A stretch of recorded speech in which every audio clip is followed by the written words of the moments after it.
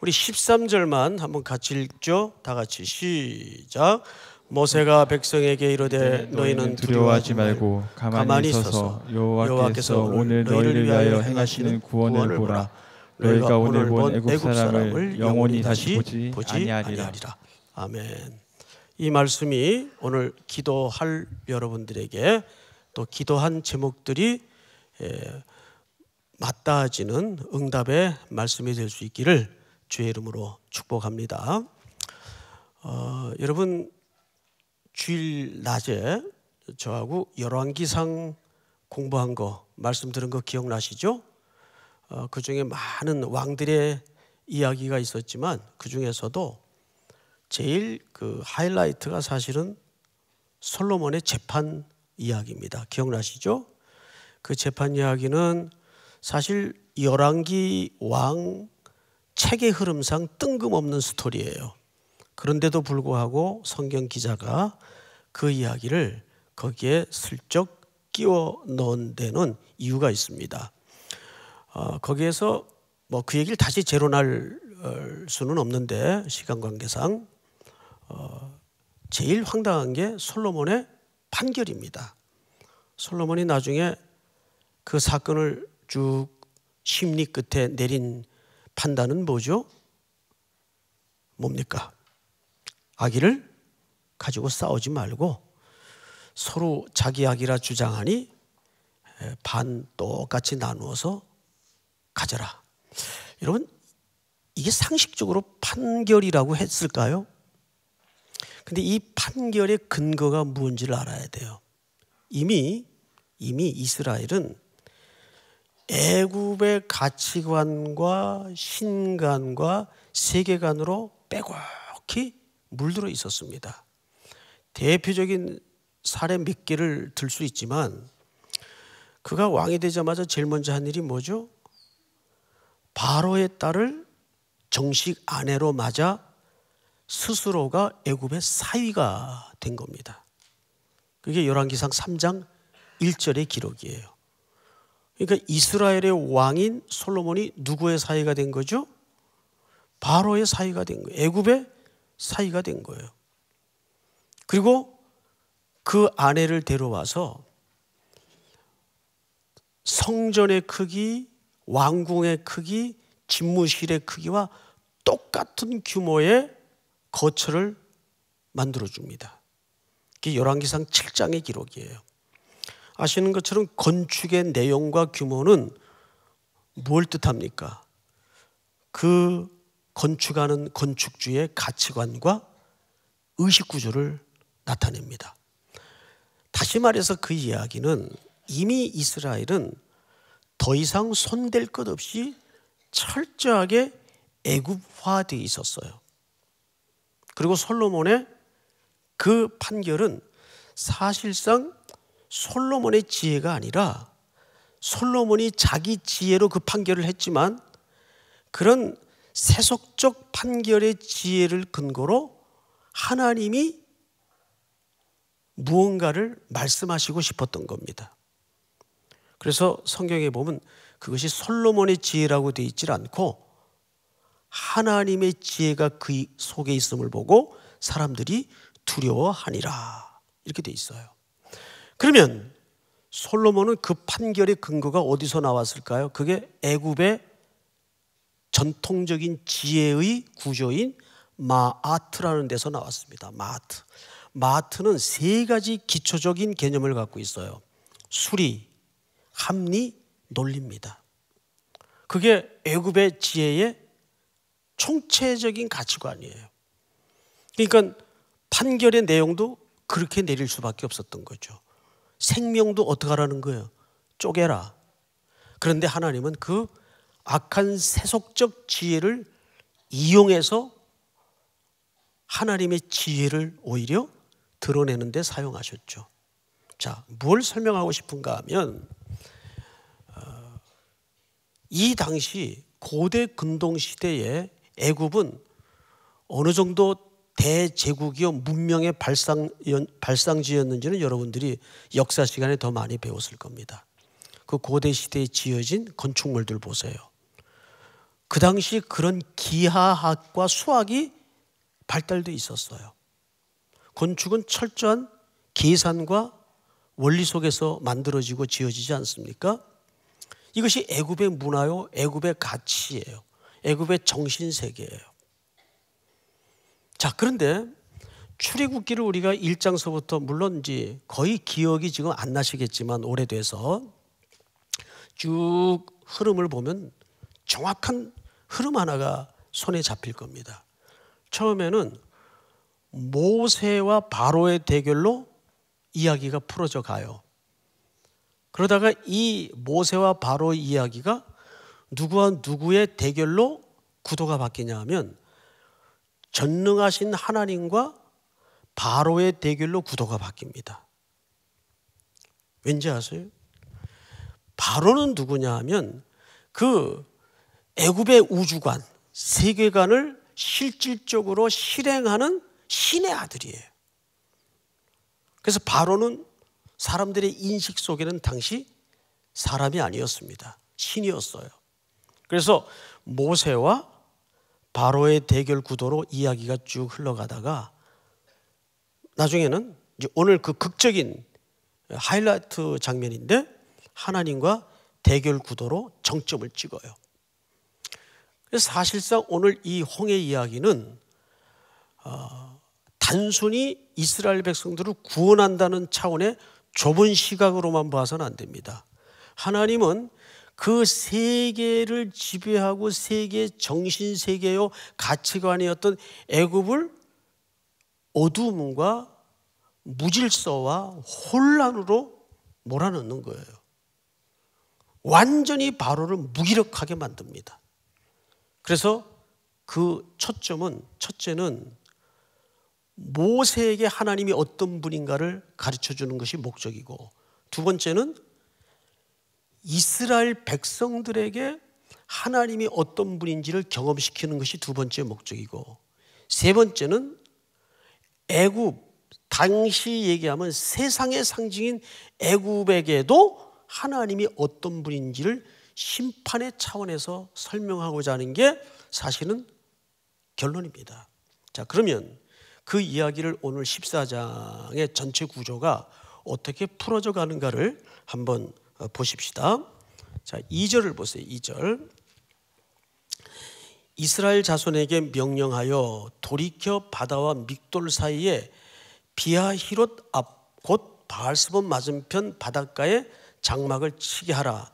자, 여기가 어딘지 많은 학자들이 지금까지도 사실은 검증을 하려고 애를 쓰지만 결론 어딘지 몰라요. 그러니까 그거 학자들도 모르는데 우리가 구태여 뭐 각자 주장하는 틀린 지도를 놓고 설명한다는 건 좀 어분성설이라서 지도를 준비 안 했어요. 일단 2절은 모른다. 어딘지 모른다. 근데 3절을 잘 보세요. 바로가 이스라엘 자손에 대하여 말하기를 그들이 그 땅에서 멀리 떠나 광야에 어떡한 바 되었다? 예, 갇힌 바 되었다. 갇힌 바 되었다. 이건 누구 생각이죠? 바로의 생각이에요. 바로는 저건 죽었다. 이제 저건 끝났다. 근데 우리 그리스도인들이 우직하게 이 세상에 살다 보면 세상 사람들이 우리를 인식하거나 판단하거나 볼 때 그렇게 보는 사례가 있어요, 없어요? 많죠. 저건 혼자 잘난 체 하다가 이제 끝났다. 굉장히 많습니다. 그래서 사경에 몰아지는 것 같고 막다른 골목으로 몰리는 것 같은 정황에 던져질 때가 참 많아요. 근데 그건 누구 생각이라고요? 바로의 시선이에요.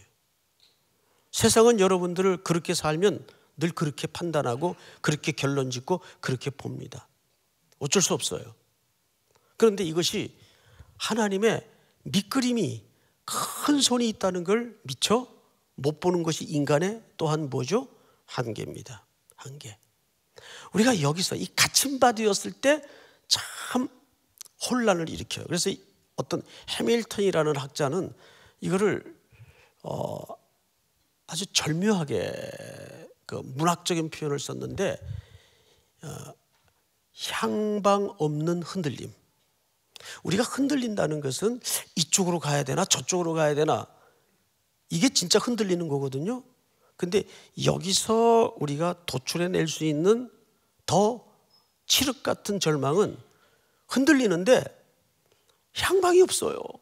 어디로 가야 될지 모르는 거예요. 누가?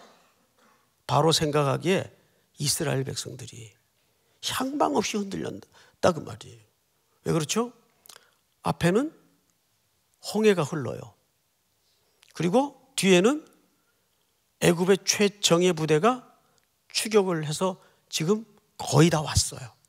그 덜가닥 하는 철병거 소리, 말발굽 부딪히는 소리, 군사들이 함성, 아우성 치는 소리, 그 소리를 한번 그 아무것도 없는 허연 벌판에서 200만 가량의 백성들이 갇혀진 채 듣는다고 한번 생각을 해보세요. 그 소란이라는 것은 무시무시한 어두움이에요. 혼돈 그 자체죠. 혼돈이라도 어디 갈 방향이 몇 개 있으면 좋은데 아무것도 방향이 없는 거예요. 이거는 혹 오늘 이 밤에 그런 지경에 내 삶의 입장이 던져진 것 같은 그런 마음으로 오신 분 계세요? 이후에 이 이야기가 어떻게 전개되는가를 한번 유심히 쫓아가 보십시다. 자, 성경을 또 보십시다. 갇힌 바 되었다 하리라. 4절 시작. 내가 바로의 마음을 완악하게 한즉 바로가 그들의 뒤를 따르리니 내가 그와 그의 온 군대로 말미암아 영광을 얻어 애굽 사람들이 나를 여호와인 줄 알게 하리라 하심에 무리가 그대로 행하니라.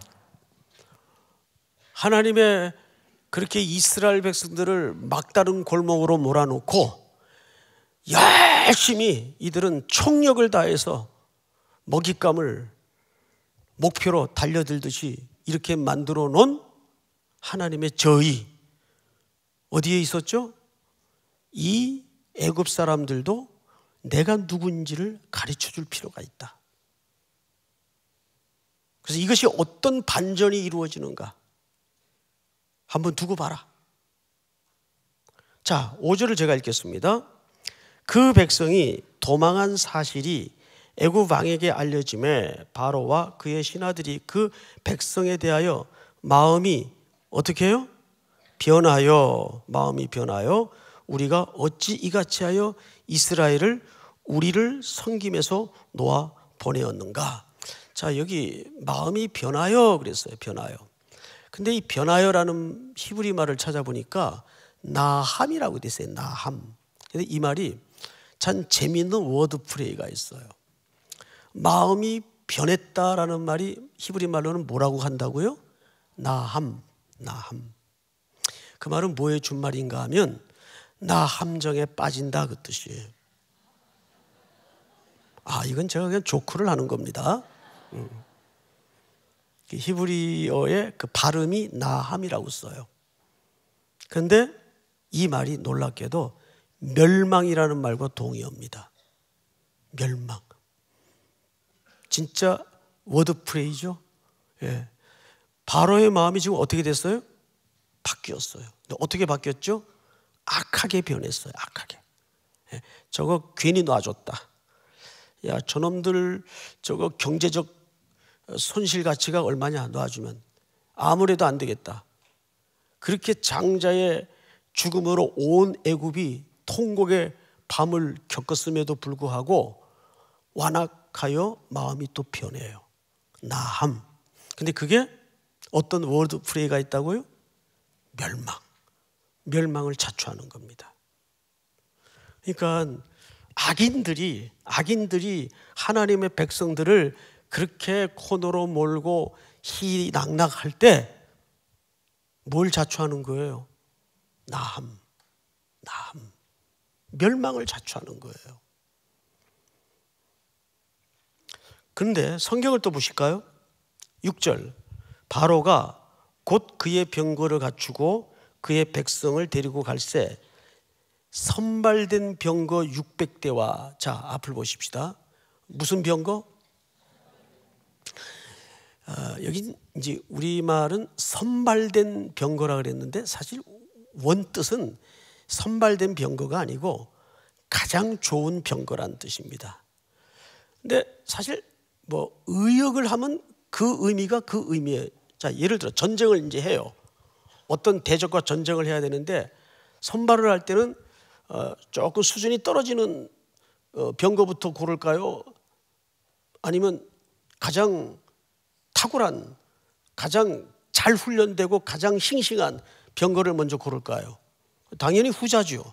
예. 근데 여기 원뜻이 가장 좋은 병거, 기동력에서나 민첩성에서 가장 좋은 병거라는 뜻입니다.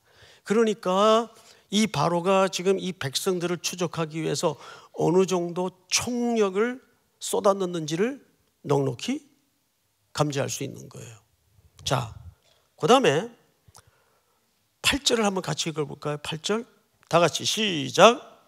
여호와께서 애굽 왕 바로의 마음을 완악하게 하셨으므로 그가 이스라엘 자손의 뒤를 따르니 이스라엘 자손이 담대히 나아갔습니다.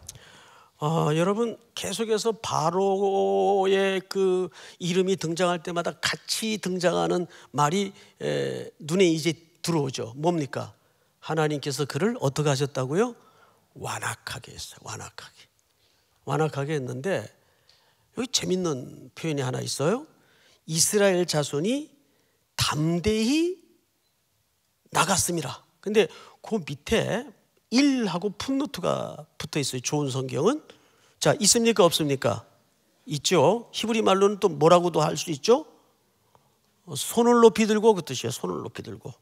이스라엘 백성들이 담대히 나갔다는 것은 손을 높이 들고 나갔다 그 말이에요. 근데 이 말이 영어 번역에는 더 재밌게 돼 있어요. 의기양양해서 나갔다 그 말이에요. 안 그러겠어요? 10가지 재앙을 통해서 우리 하나님이 어떤 분인지는 조금 감을 지금 잡고 가는 거거든요. 그런데 지금 뒤에서 그렇게 추격을 하고 있는지 아직 몰라요.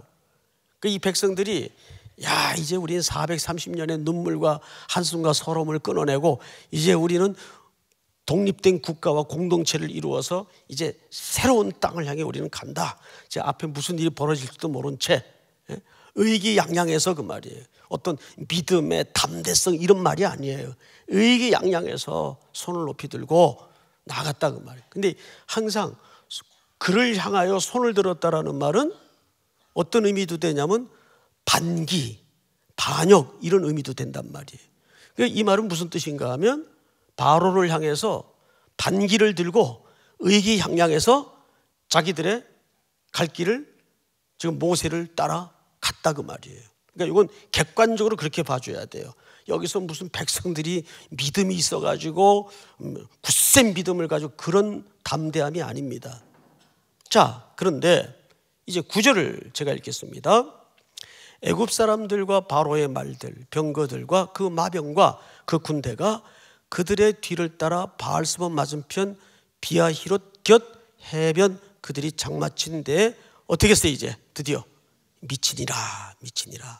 그러니까 이제부터 이제 미치기 시작합니다. 미치면 미쳐요. 10절을 한번 같이 읽읍시다. 10절 시작.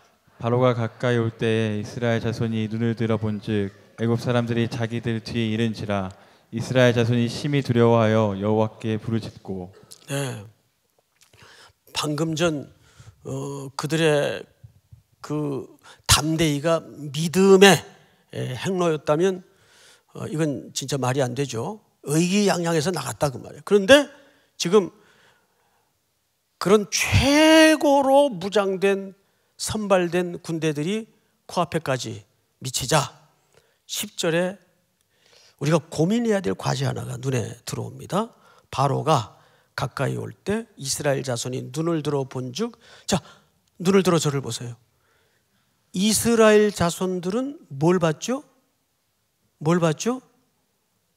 지금 코앞에 다가와 있는 그 끔찍했던 430년의 속박으로 묶어놨던 그 군대를 지금 보고 있는 겁니다. 그런데 히브리 말에 눈을 들어라는 말은 구약 성경에 자주 나오는 수사적 표현인데 항상 제가 설명을 드려 창세기 13장 강해를 할 때 설명을 분명히 드렸어요. 발 뒤꿈치를 들고 손을 미간 사이에 얹고 앞날을 조망한다라는 의미가 담겨져 있어요. 눈을 든다라는 말은. 그래서 롯과 아브라함이 헤어질 때 그 인생의 끝에 맺어진 결론은 하늘 땅만큼이나 한쪽은 처참한 결말로 끝이 나고 한 사람은 복의 통로가 되죠. 무엇이 이 두 사람의 운명을 그렇게 갈라놓았을까를 역추적해 보니까 그들이 헤어질 때 분명한 차이가 있었어요. 롯은 주어가 롯이 돼 있어요. 롯이 눈을 들어 그랬어요. 롯이 눈을 들어. 그러니까 앞날을 누가 조망했다는 겁니까? 롯 자기가. 그런데 아브라함도 정확하게 눈을 들어라는 표현이 쓰여져 있어요. 근데 아브라함의 눈은 누가 들게 했죠? 하나님이 주어예요.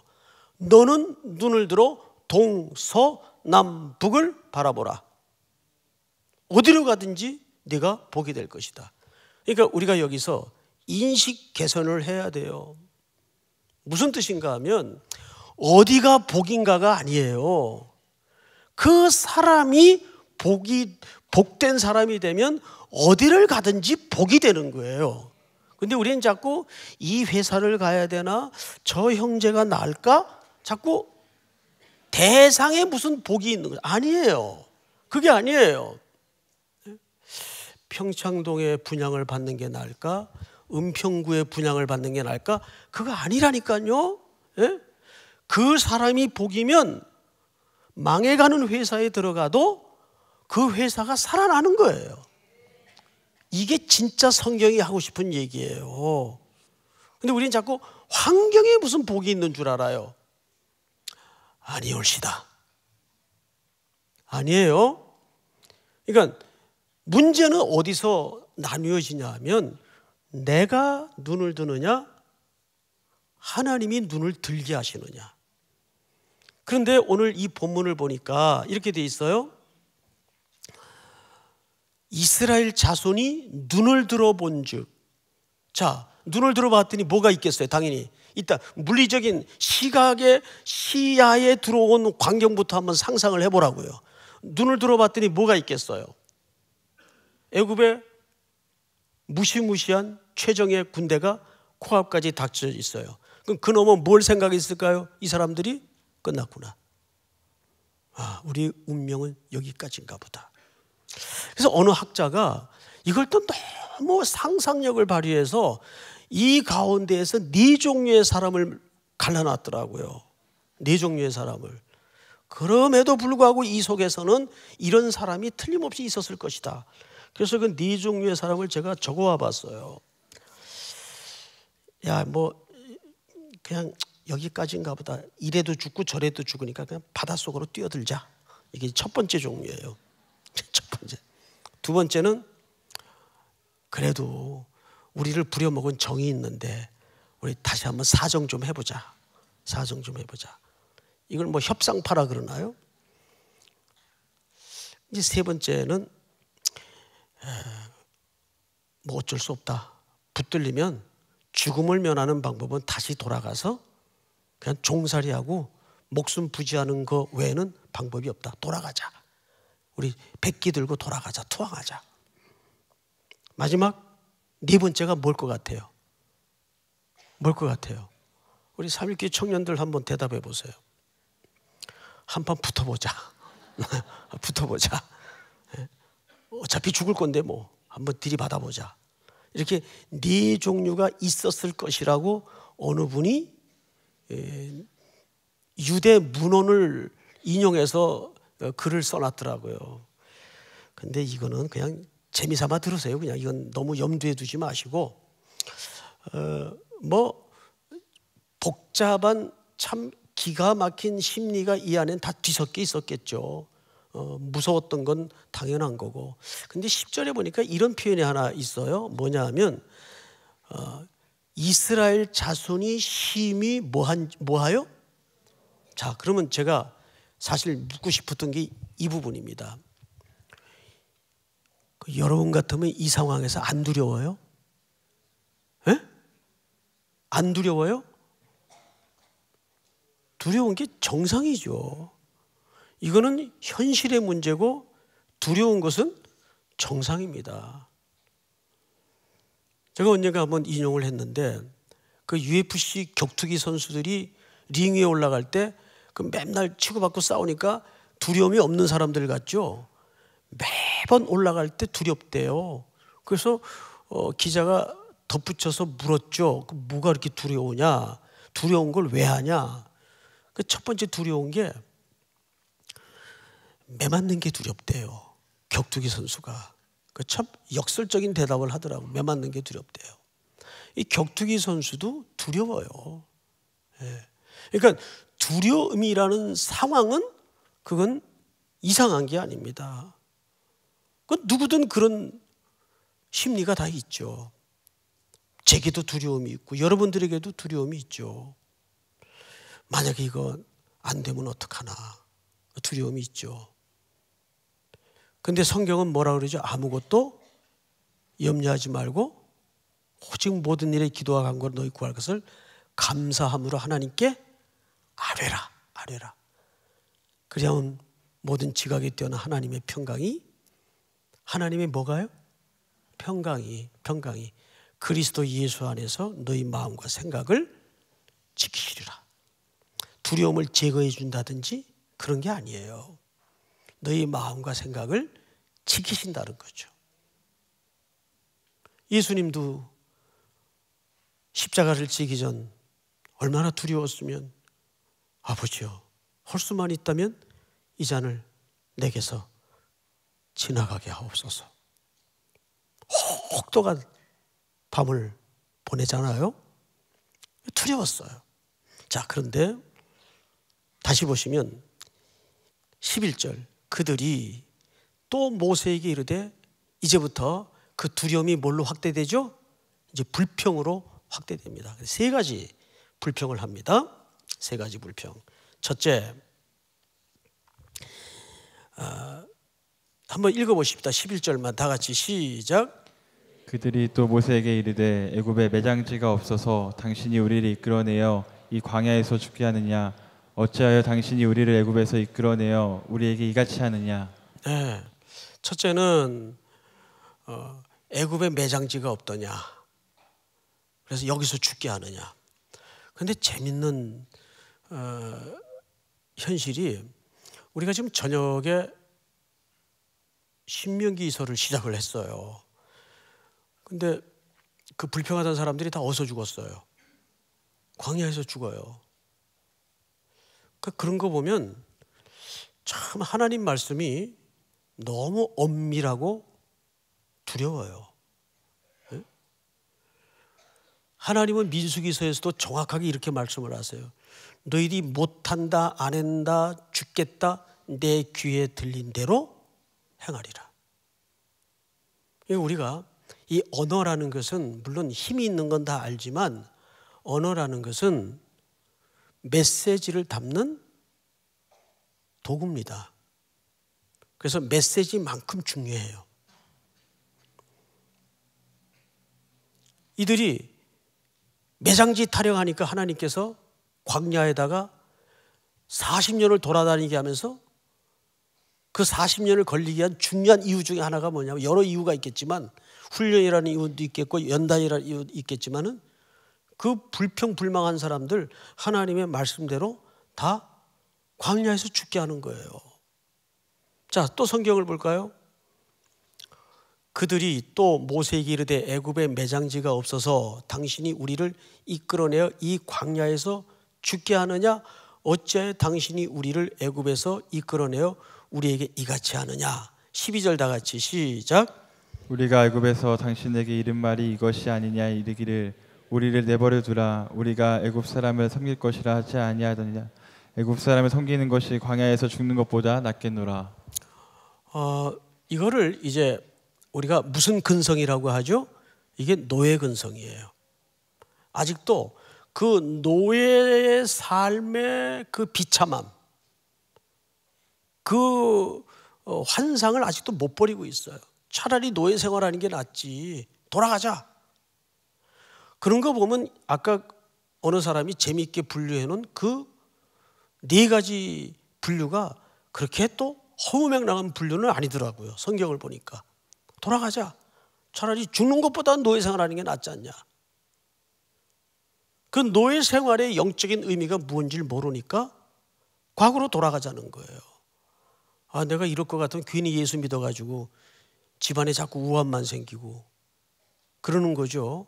뭐 예수 믿었다고 뭐 특별히 잘 되는 것도 없고 남들보다 무슨 보람이 있는 것도 아니고 덕을 보는 것도 아니고, 아직도 하나님과 예수 그리스도의 그 구속과 은혜가 무엇인지를 잘 모르니까 오늘 이 12절의 백성들의 불평이 그대로 반영이 되는 겁니다.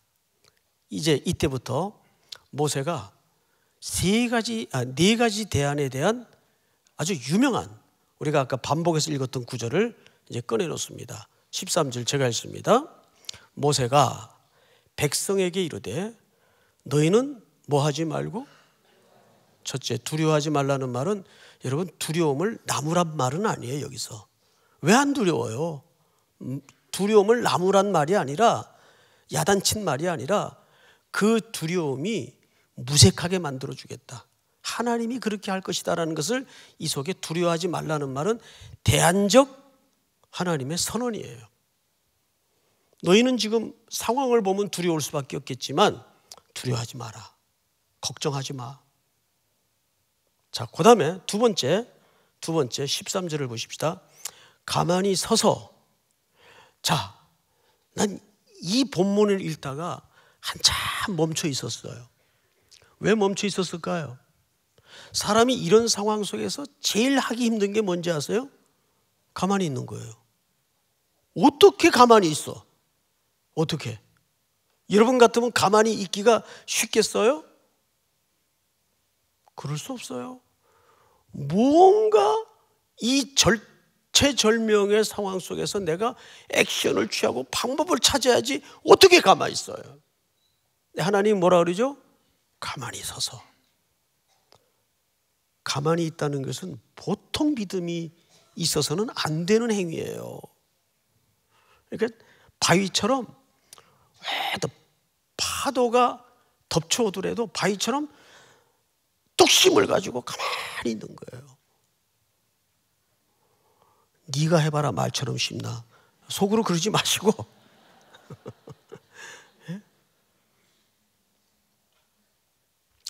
저는 우리 삼일교회를 그렇게 가만히 있었던 사람들이 결국은 버텼기에 지켜냈다고 봐요. 가만히. 잠잠히 누구만 기다리는 거예요? 주님만 기다리는 거예요. 그러니까 주님을 적극적으로 열렬히 믿고 기다리지 않으면 이 가만히 있는 게 안 돼요, 여러분. 뭔가 자꾸 꿈틀거리고 이러다가 그냥 완전히 밟혀 죽는 거 아니야? 흔적도 없이 사라지는 거 아니야? 별별 두려움이 나를 공포와 사고의 분열과 망상과 어둠과 절망으로 계속 이놈이 끌어당기고 저놈이 끌어당기고 정신을 못 차리게 하는 거예요. 어떡하지? 가만히 서서. 전부 푸사를 오늘 가서 가만히 서서 가만히 서서 우리 그거 합시다. 가만히 서 있는 게 가장 적극적인 거예요. 그렇게 믿습니다. 가만히 서서. 너희는 지금 눈을 들어 애굽을 봤지? 하나님은 뭘 보라는 거예요? 자, 성경을 보십시다. 가만히 서서 오늘 너희를 위하여 행하시는 뭘 보라? 구원을 보라. 살아계신 하나님의 구원하심을 너희가 보라. 자, 우리 히브리서 11장 1절을 한번 띄워주실까요? 같이 읽습니다. 시작.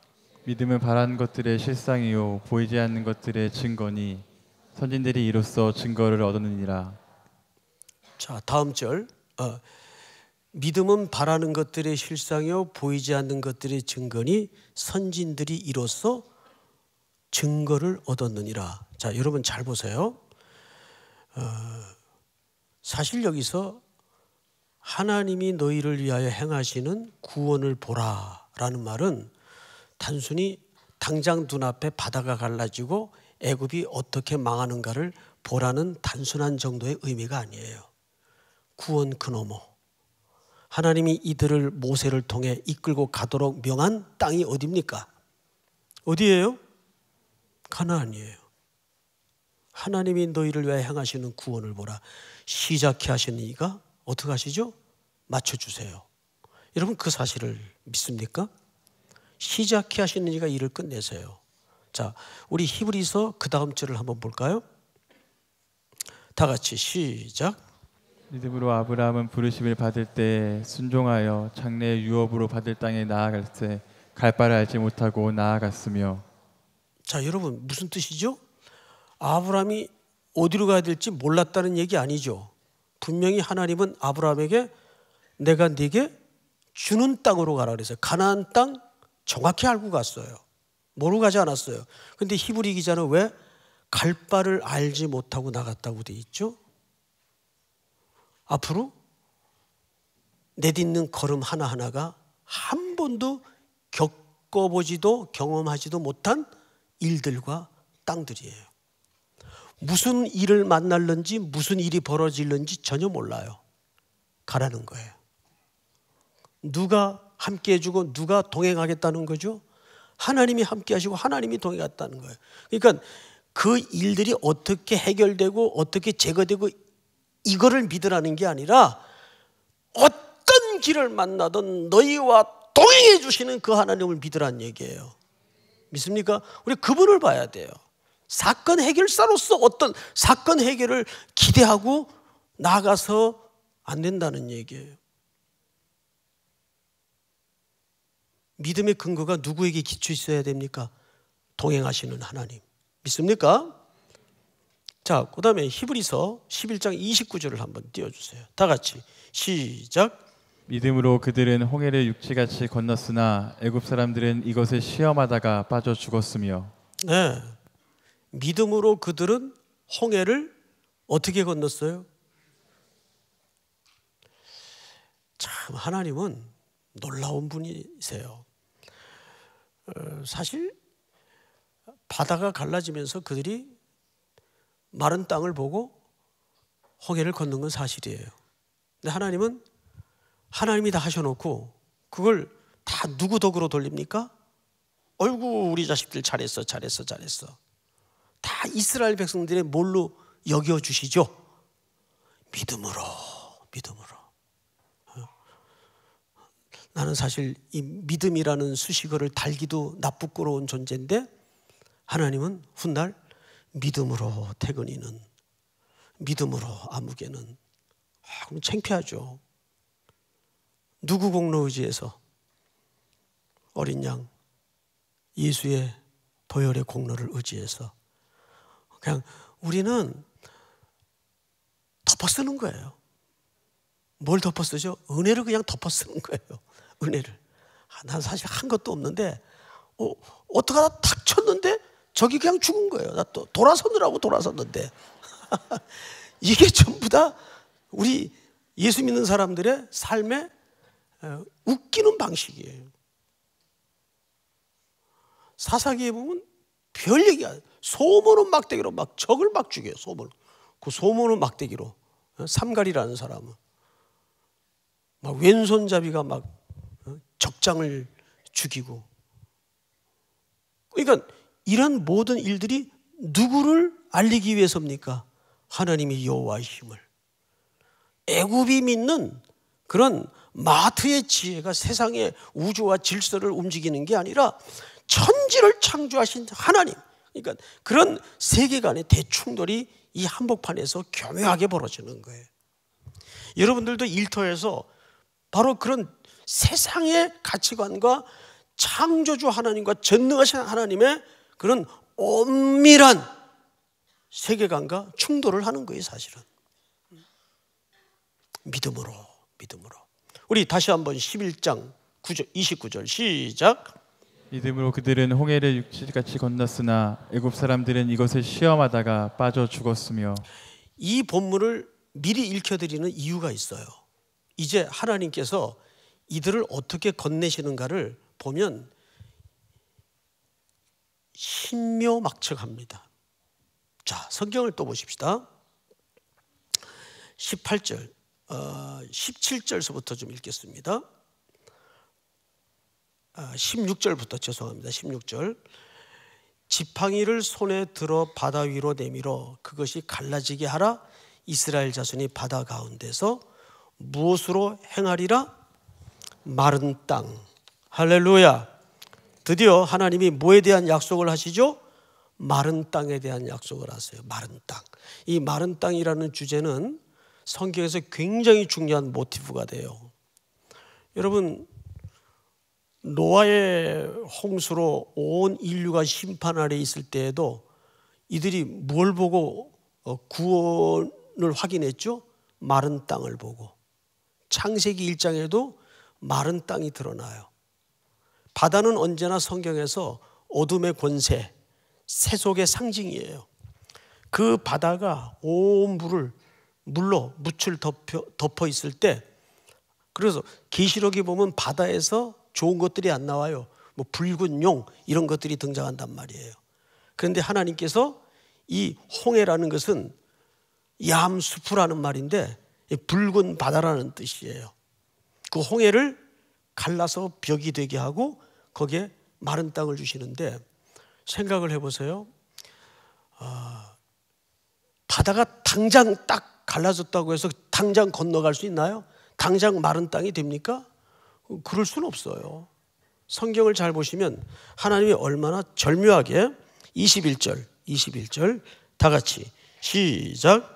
모세가 바다 위로 손을 내밀매 여호와께서 큰 동풍이 밤새도록 바닷물을 물러가게 하시니 물이 갈라져 바다가 마른 땅이 된지라. 할렐루야.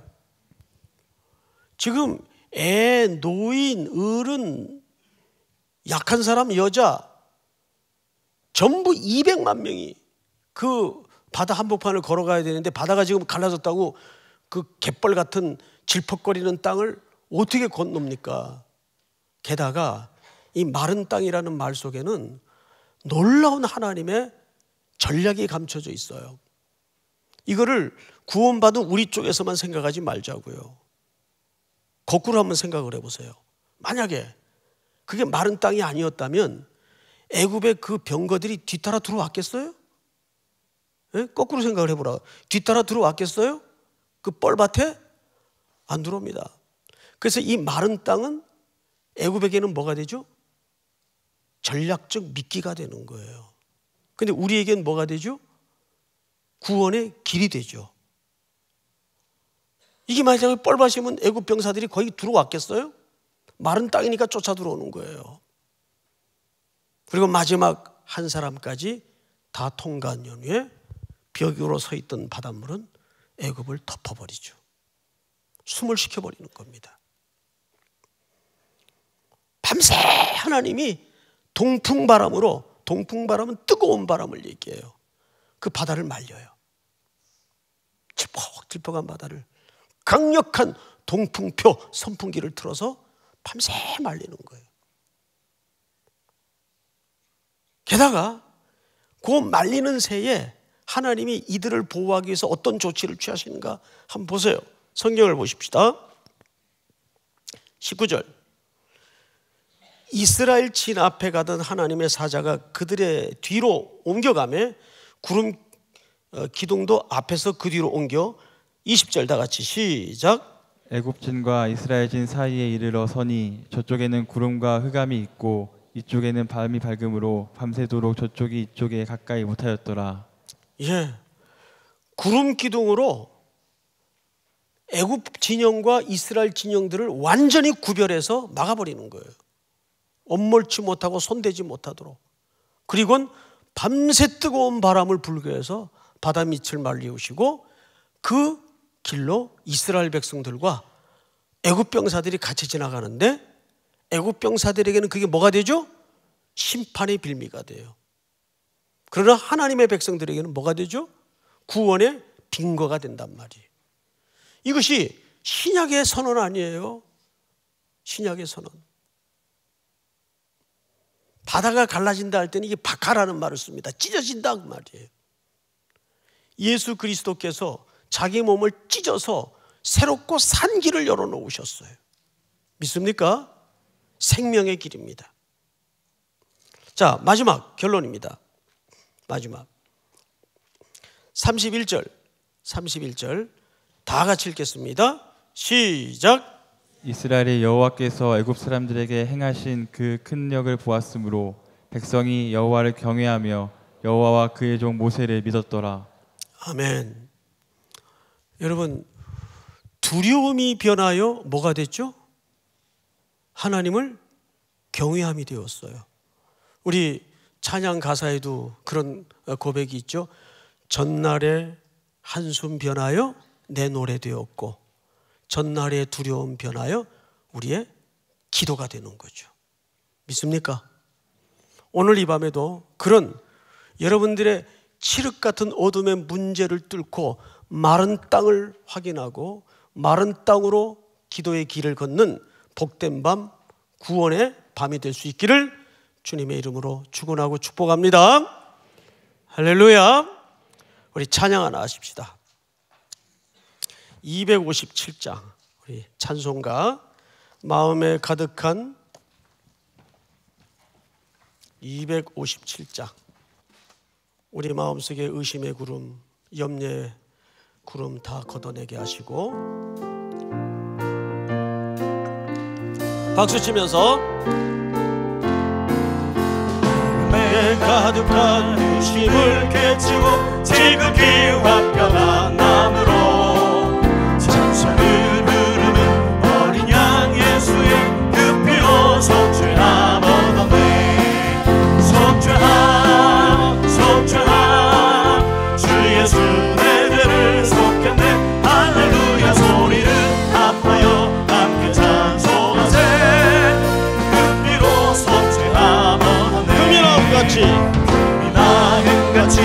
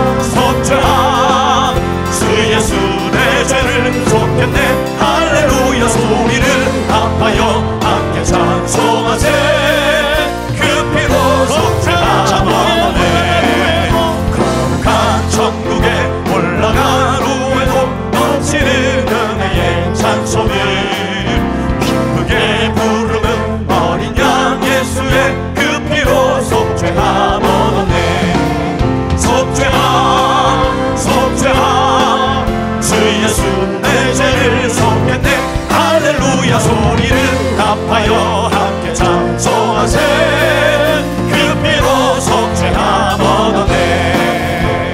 할렐루야. 우리 이 시간 다 같이 한번 통성으로 기도할 때 한번 눈을 감으십시다. 제가 여러분들과 함께 나눌 기도의 제목에 귀를 기울여 주시기 바랍니다. 먼저 하나님 앞에 우리 삼일교회는 주님 오시는 그날까지, 세상 끝날까지 예수의 피 묻은 보혈을 증거하는 교회가 되게 하시고, 온전히 십자가의 복음을 증거하는 교회가 되게 하시고, 이 땅에 곤고하고 가난한 수많은 연약하고 빈약한 자들에게 이웃이 되는 교회가 될 수 있도록 도와주시옵소서. 다음 세대가 점점 말라져가고 끊어져가고 있습니다. 다른 세대가 일어나고 있습니다. 우리가 많은 준비해야 될 것이 있지만, 시설과 건물도 중요하지만 그 다른 세대들에게 이 하나님의 피 묻은 복음을 증거할 수 있도록 도와주시고, 그 다음 세대를 준비하는 교회가 될 수 있도록 인도해 주시옵소서. 우리 교회가 존재하는 양식은 선교입니다. 땅끝까지 이르러 주의 복음을 증언하는 교회가 될 수 있도록 함께하여 주시옵소서. 우리 이 시간 다 같이 한번 주여 부른 다음에 우리 교회 3대 비전을 놓고 동성으로 다 같이 기도하겠습니다.